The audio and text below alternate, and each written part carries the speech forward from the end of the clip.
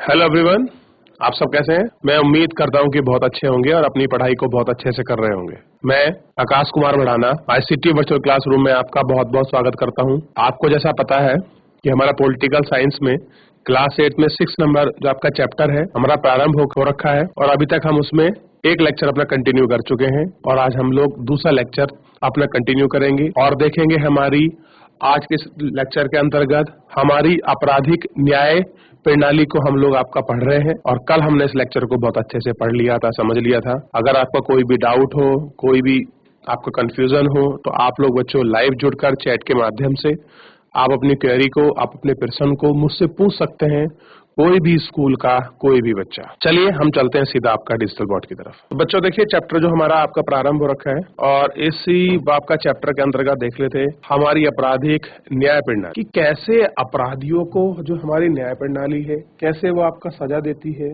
इसके विषय में हम लोग अपने इस लेक्चर के माध्यम से बहुत अच्छे से पढ़ेंगे और बहुत अच्छे से इसको जानेंगे। ठीक है, तो ये आपको ध्यान रख। ठीक है, देखिए हमने पढ़ा आरोपी क्या होते हैं और कैसे श्रीमती सिंधे और सिंधे ने शांति पर आरोप लगाया था, उसकी पूरी कहानी को हम लोगों ने पढ़ा, पूरी स्टोरी को हम लोगों ने आपका जाना और क्या इसमें स्थिति थी, पूरी स्थिति को पढ़ा और कैसे वो आपका क्या हुआ बच्चों कि उसको आपका बरी किया गया और बरी करने में कितना समय लगा और न्याय के क्या तरीके हैं, किस तरह से उनके राइट से इनको देखा और फिर हमने देखा अपराध की क्या कह रहे हैं, जो अपराध की जांच करने की पुलिस की क्या भूमिका होती है, इस भूमिका को हमने पढ़ा और समझा है। फिर उसके बाद हमने देखा कि अगर संविधान का जो अनुच्छेद 22 है, इस अनुच्छेद 22 में आपके गिरफ्तारी के लिए व्यक्ति को कुछ मौलिक अधिकार दिए गए हैं। उन मौलिक अधिकार क्या है वो तो उनको समझने की और पढ़ने की जरूरत थी।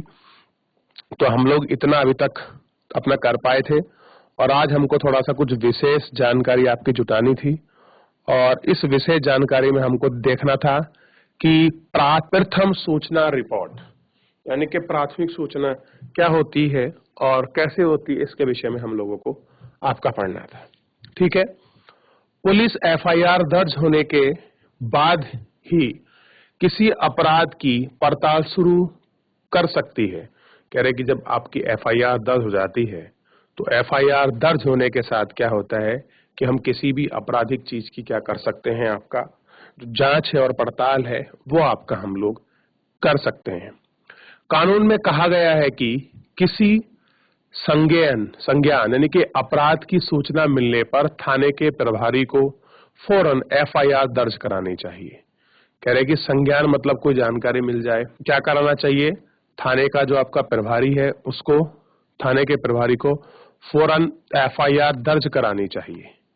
क्या कराना चाहिए, आपका जो है आपका तुरंत FIR को दर्ज कराना चाहिए।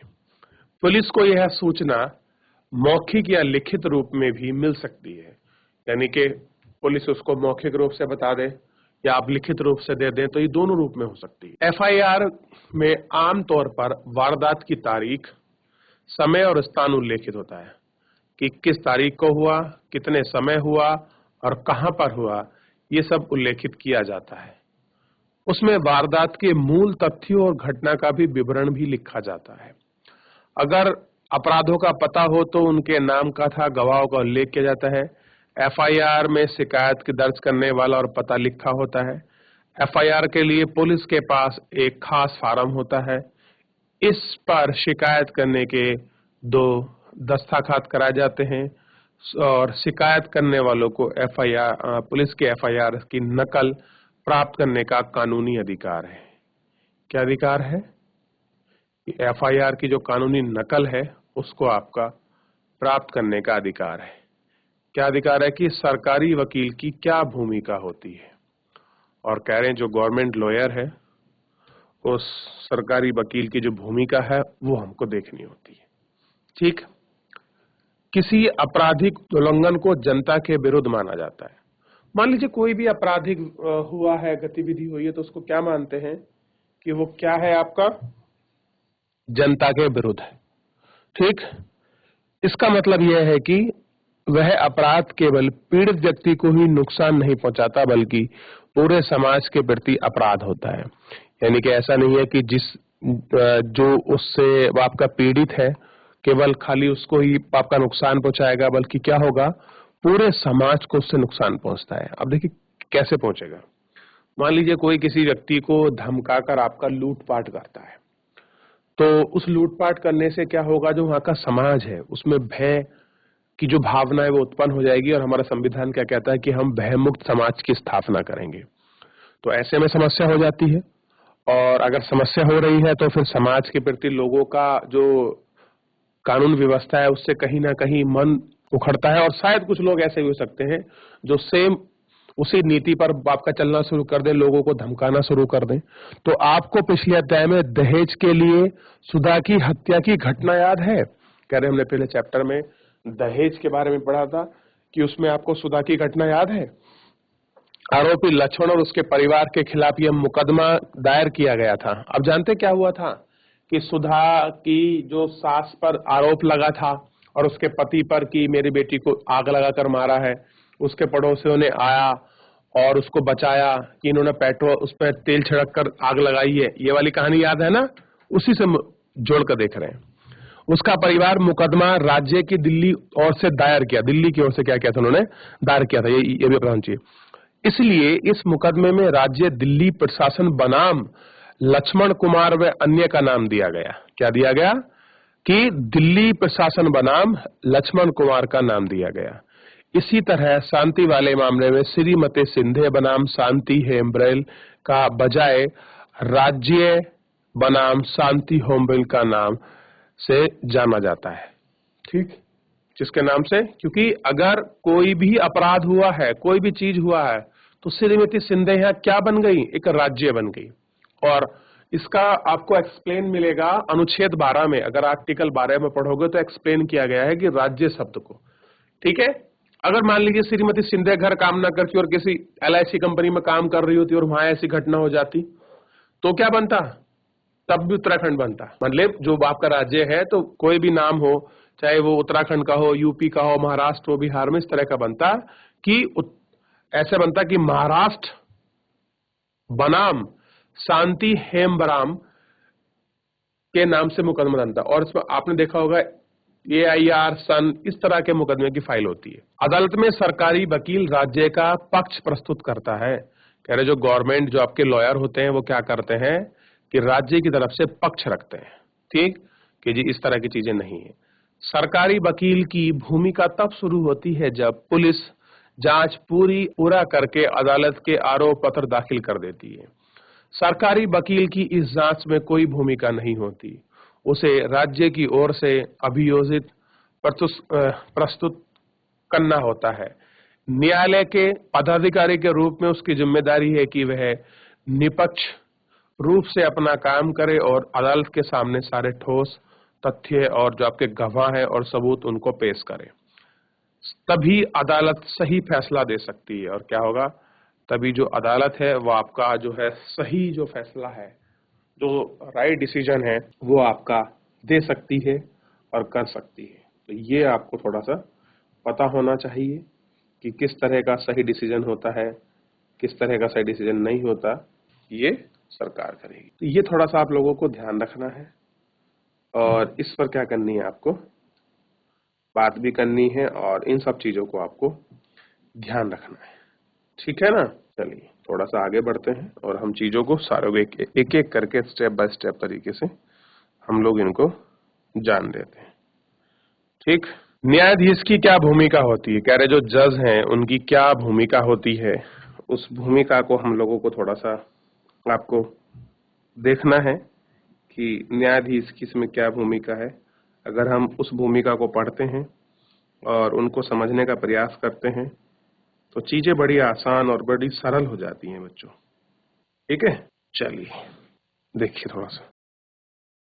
न्यायाधीश की वैसी हैसियत होती है, क्या कह रहे हैं, हैसियत होती है जो खेलों में अंपायर की होती है, अंपायर की होती है। अंपायर मतलब निर्णायक होता है अंपायर। निष्पक्ष भाव से और खुली अदालत में मुकदमे का संचालन करते हैं। न्यायाधीश सारे गवाहों के बयान सुनते हैं और अभियोजना पक्ष या बचाव पक्ष की तरफ से पेश किए गए सबूतों की जांच करते हैं।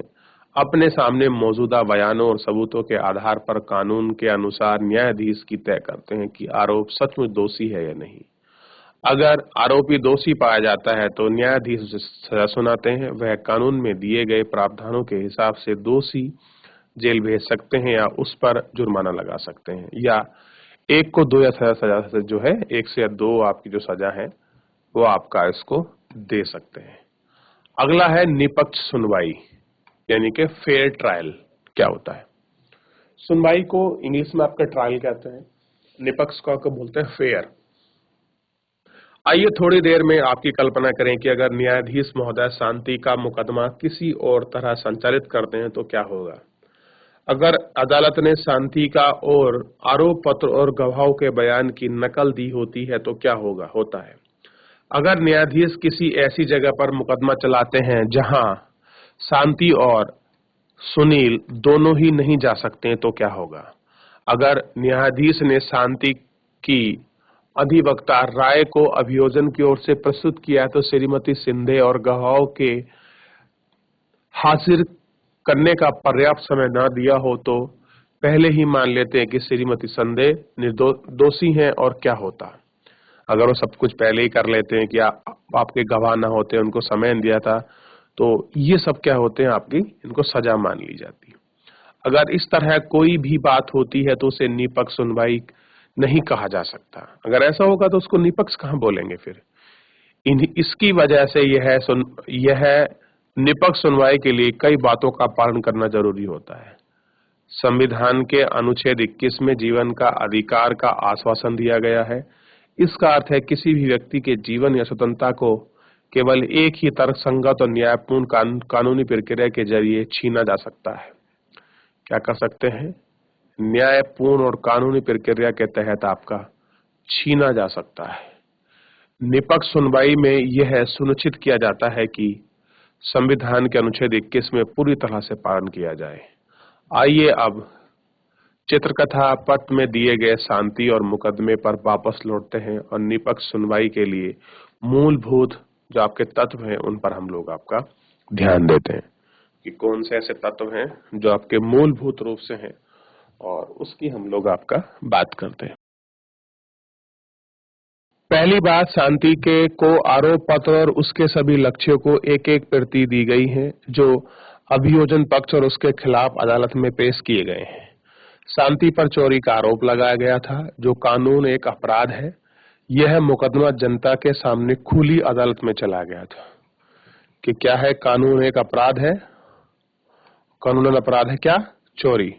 और ये क्या हुआ, मुकदमा ऐसी जनता की खुली अदालत, यानी कि ओपन जो बेंचेस होती हैं, जो सामने लोग बैठे होते हैं, आपने मूवीज में देखा होगा, पिक्चर वगैरह में, और आपने खुद भी देखा होगा कभी कि जज बैठे होते हैं, दो आपके विटनेस बॉक्स होते हैं, वकील की चेयर होती है, उसके पीछे जनता बैठी होती है, उसको बोलते हैं खुली अदालत। शांति का भाई सुशील अदालत की कार्यवाही में मौजूद था।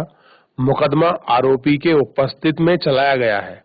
शांति का एक वकील ने बचाव किया। शांति की अधिवक्ता रॉय को अभियोजन के पक्ष की ओर से पेश किए गए सारे गवाहों से हाजिर करने का मौका दिया गया। अधिवक्ता राय को शांति की ओर से गवाह पेश करने का अधिकार दिया गया कि शांति की तरफ से अगर कोई आपका गवाह है तो वो भी क्या हो सकता है, आपका पेश हो सकता है और सामने क्या कर सकता है, वो आ सकता है। तो आपको ध्यान देना है किस तरह से है ये सारी चीजें, ताकि आप एक एक करके उन सबको बहुत अच्छे से पढ़ें और बहुत अच्छे से आप लोग उनको देखें। क्लियर है? इतना मेरे हिसाब से आपको ध्यान रहना चाहिए कि किस तरह की क्या चीजें हैं, ठीक, ताकि आपको कभी भी कंफ्यूजन ना हो, आपको कोई डाउट ना हो। ये सब चीज आप बिल्कुल साफ रखिए। यहाँ तक आपने पढ़ा, यहाँ तक आपने समझा, तो इस तरह से आप अगर काम करते हैं तो सारी चीजें बड़ी सरल और बहुत अच्छी आपकी हो जाएंगी। ठीक है, चलिए आगे बढ़ते हैं और एक एक करके हम उन सारी चीजों को भी पढ़ें। चलिए देख लेते हैं। हालांकि पुलिस ने शांति के खिलाफ चोरी का मामला दर्ज किया था, लेकिन न्यायाधीश को उसे दोषी मानते हुए मुकदमा चलाया। अब अभियोजन पक्ष को निर्णय रूप से सिद्ध करना है कि शांति ही दोषी है। इस मुकदमे में अभियोजन का कोई ऐसा पक्ष नहीं पाया गया। महत्वपूर्ण बात यह है कि न्यायाधीश ने अदालत के सामने पेश किए गए साक्ष्यों के आधार पर ही मुकदमे का फैसला सुनाया। न्यायाधीश ने शांति की कमजोर स्थिति के आधार पर ही बिना सोचे समझे यह फैसला नहीं लिया कि वह सचमुच चोर है। इसकी बजाय शांति का आचरण लगातार निष्पक्ष रहा, चूंकि साक्ष्यों ने सिद्ध कर दिया कि शांति की वजह कुछ युवकों ने चोरी की थी और इसके लिए शांति को आजाद कर दिया।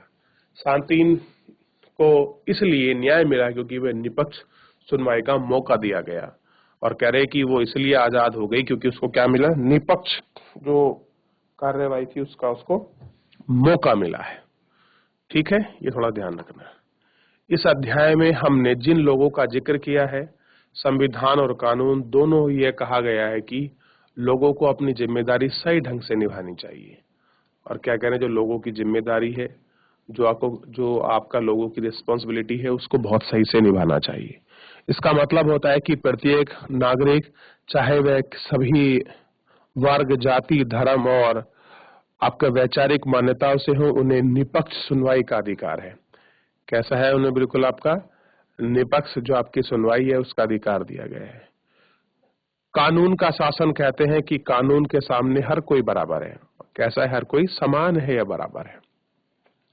अगर प्रत्येक नागरिक को संविधान के माध्यम से निष्पक्षता सुनवाई का अधिकार दिया जाए तो वह इस सिद्धांत का कोई खास मतलब नहीं रह जाता। अगर कह रहे आप निष्पक्ष सुनवाई का अधिकार ना दिया जाए तो फिर क्या मतलब है कि सब लोग कानून के नजर में समान है।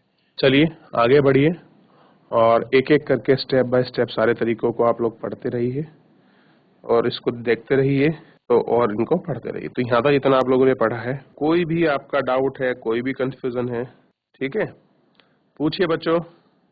+4 पर कुछ चीजें दी गई हैं, इसको देखेंगे, लेकिन सबसे पहले हम लोग क्या करेंगे, आपका थोड़ा सा आगे बढ़ते हैं और एक बार थोड़ा पीछे ना ये जो कुछ ग्राफ्स दिए गए हैं, जो कुछ भूमि है, जो चित्र के माध्यम से हमको समझा रहे हैं, इसको देख लेते हैं। देखिए, अब बताइए श्रीमती शिंदे, आपका हार किस तरह गायब हुआ? अब ये कहानी तो आपने पढ़ी थी कि कहानी कैसे चोर कैसे मिले, कैसे साबित हुई। ठीक इस तरह जो है, जो आपका चैप्टर है वो पूरा जो है आपका समाप्त हो गया।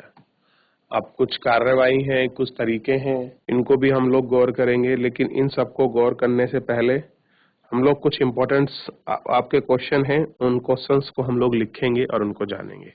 तो फिलहाल जितना हमने पढ़ा है, इसमें कोई डाउट हो आप मुझे बताइए, नहीं तो फिर हम सीधा पढ़ेंगे, आगे की तरफ बढ़ेंगे और जानेंगे। लेकिन इसमें कुछ शब्द मिले, इनको देख लीजिए। और ये कह रहे हैं शब्द संकलन, बड़ा इंपॉर्टेंट है बच्चों मेरे हिसाब से। तो आप किसको आरोपी कहेंगे? इस अध्याय के संदर्भ में ऐसे व्यक्ति को आरोपी कहा गया है जिस पर अदालत ने किसी अपराध के लिए मुकदमा चल रहा है। वो क्या चल रहा है? अगर मान लीजिए किसी के लिए मुकदमा चल रहा है तो वो क्या है? आरोपी है। संज्ञान, इस अध्याय में उस अपराध को संज्ञान कहा जाता है और इसके लिए किसी व्यक्ति को अदालत की अनुमति के बिना गिरफ्तार कर सकते। जाहिर, जब कोई व्यक्ति गवाहों में अपना बयान देता है। अब देखिए, अगर किसी चीज को जाहिर करना है तो उसमें क्या है, जब कोई व्यक्ति अपना गवाह बयान देता है तो दूसरे पक्ष का वकील भी उससे प्रश्न पूछता है और उससे उसके पिछले बयान या सही या गलत साबित करके इस तरह जिक्र करते हैं। हिरासत, पुलिस द्वारा किसी को गैर कानूनी ढंग से अपने कब्जे में लिया गया। ठीक है, डिटेंशन बोलते हैं इसको। निपक्षता का मतलब, इसका मतलब है स्पष्ट और या न्याय संगत व्यवहार करना, किसी भी पक्ष का समर्थन ना करना। किसी अपराध का आरोप लगाना, जब न्यायाधीश आरोप में लिखित सूचना करते हैं तो उस पर अपराध के मुकदमे चलते हैं और उस पर आरोप लगाते हैं। गवाह, जब किसी व्यक्ति को अदालत में बयान देने के लिए बुलाया जाता है कि उस मामले के संबंध में क्या होगा, क्या देखा जाएगा, क्या सुना है, तो हम उसको क्या बोलते हैं कि ये व्यक्ति क्या है? आपका गवाह है। और अब हम क्या करेंगे, कुछ थोड़ा आगे बढ़ते हैं और इस पर जो है अपना विशेष हम लोग अब इस पर आपकी बात करेंगे और देखेंगे कि चैप्टर में क्या क्या इम्पोर्टेंट है। कुछ प्रश्न मेरे को लिखाने हैं और मैं सीधा करके लिखाऊंगा, तो आप लोगों को एक एक करके स्टेप बाय स्टेप तरीके से उनको पढ़ना है और लिखना है। जैसे पहले अगर मैं प्रश्न की ही बात करूंगा तो पहला प्रश्न देख लीजिए। आपराधिक न्याय व्यवस्था में मुख्य लोग कौन होते हैं? ठीक है। अब कह रहे हैं कि जो आपराधिक न्याय व्यवस्था में इंपॉर्टेंट लोग कौन कौन से होते हैं, कौन है महत्वपूर्ण लोग। तो अगर हम इसके आंसर की बात करें, आप किस तरह से लिखेंगे, तो आप कह सकते हैं कि आपराधिक न्याय व्यवस्था में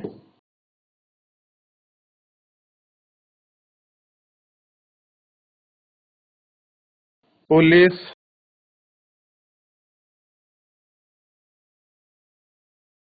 वकील,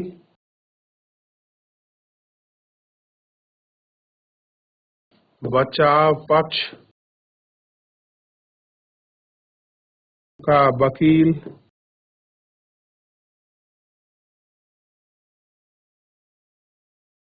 और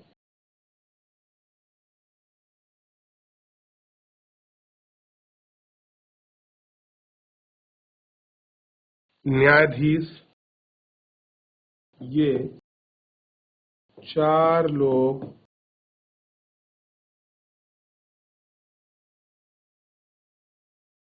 मुख्य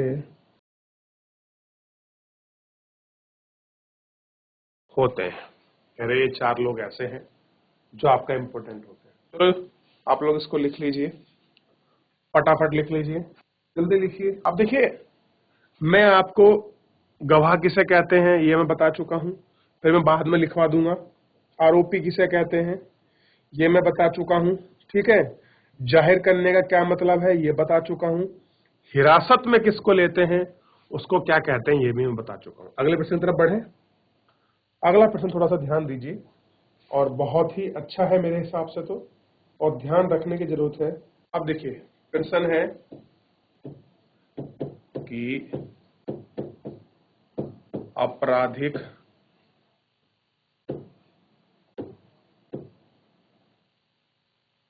आपराधिक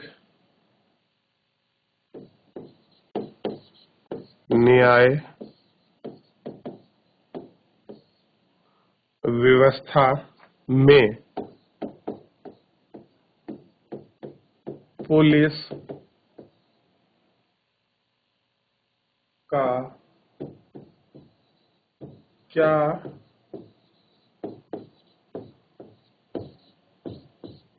कार्य है। क्या कह रहे हैं कि आपराधिक न्याय व्यवस्था में पुलिस का क्या कार्य है। यहां देखेंगे कि पुलिस का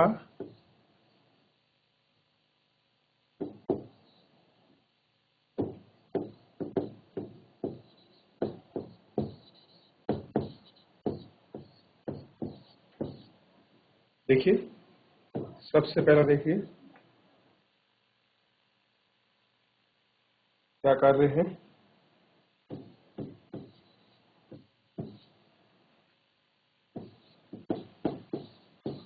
एफआईआर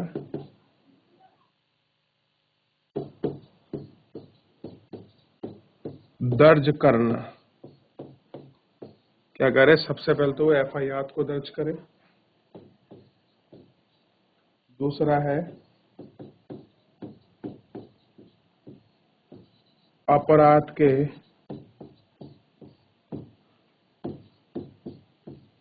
बारे में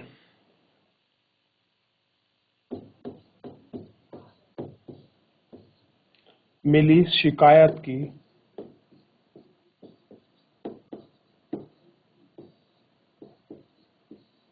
की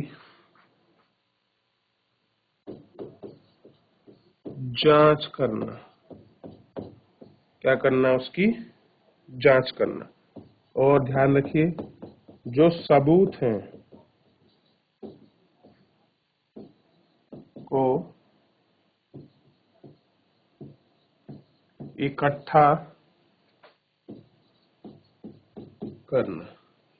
ये कार्य है सबूत को इकट्ठा करना। और तीसरा यानी कि सी पॉइंट है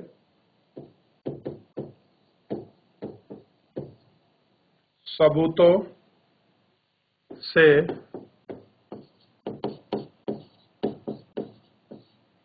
आरोपी का दोष साबित होता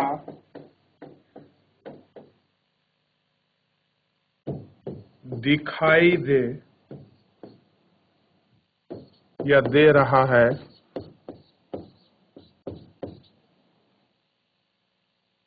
तो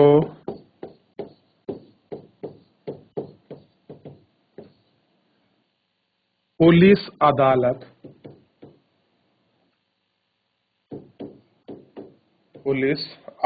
में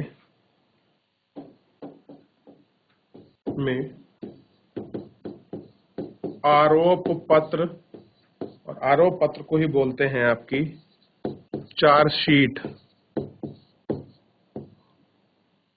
चार्जशीट दाखिल करना। क्या करे? वो जो दाखिल करे इसको। ठीक, ध्यान रहेगा। तो इस तरह से काम करेगा। अगला देख लीजिए, बड़ा ही इंपॉर्टेंट है। अब ये बड़ा इंपॉर्टेंट है और हमको पता होना चाहिए। ये कह रहे हैं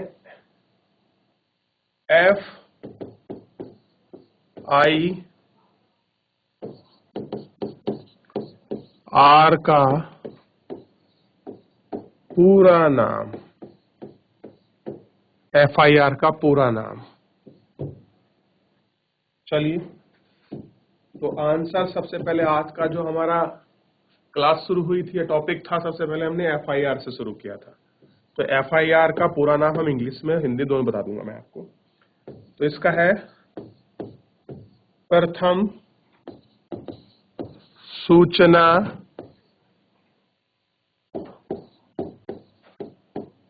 रिपोर्ट। ठीक है, प्रथम सूचना रिपोर्ट, यानी कि फर्स्ट इन्वेस्टिगेशन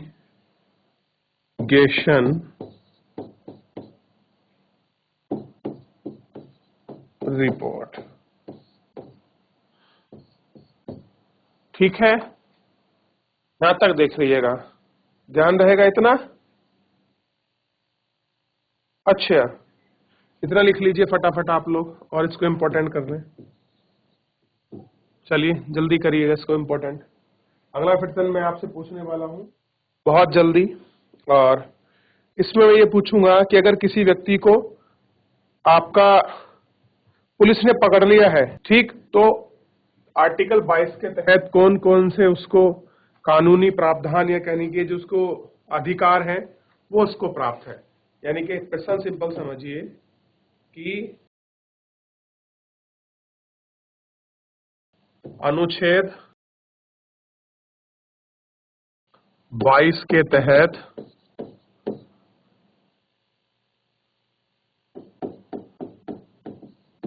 गिरफ्तार व्यक्ति को या व्यक्ति के मूल अधिकार कौन कौन से हैं, ये हमको देखना है। जो मूल अधिकार हैं वो कौन कौन से हैं। तो सबसे पहले अगर किसी व्यक्ति को पकड़ा गया है, ये कह सकते हैं गिरफ्तारी की गई है, तो क्या करना पड़ेगा? उसे, जिसे गिरफ्तार किया गया है बच्चे को, जानने का अधिकार है। क्या है? जानने का अधिकार। और वह क्या करना पड़ेगा? जो कारण है, कारण बताना पड़ेगा कि किस लिए गिरफ्तार किया जा रहा है। दूसरा है कि 24 आवर्स यानी कि 24 घंटे के अंदर उसको मजिस्ट्रेट, यानी कि मजिस्ट्रेट को बोलते हैं दंडनायक,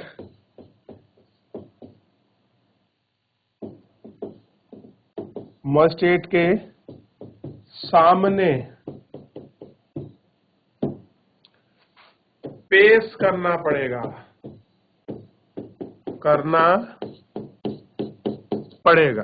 ध्यान रहेगा। और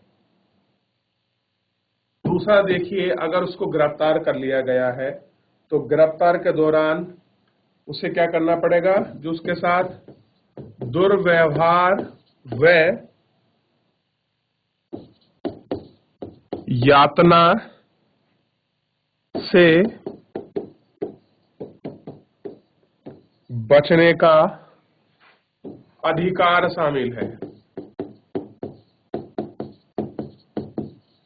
कैसा है? अधिकार शामिल है। तो बच्चों, आज के लिए इतना ही। मिलते हैं नेक्स्ट लेक्चर में। इन सारे क्वेश्चन का रिवीजन कर लेना, और कोई भी डाउट हो आप मुझसे नेक्स्ट क्लास में पूछ लीजिए। कल मिलते हैं नेक्स्ट लेक्चर के साथ। धन्यवाद।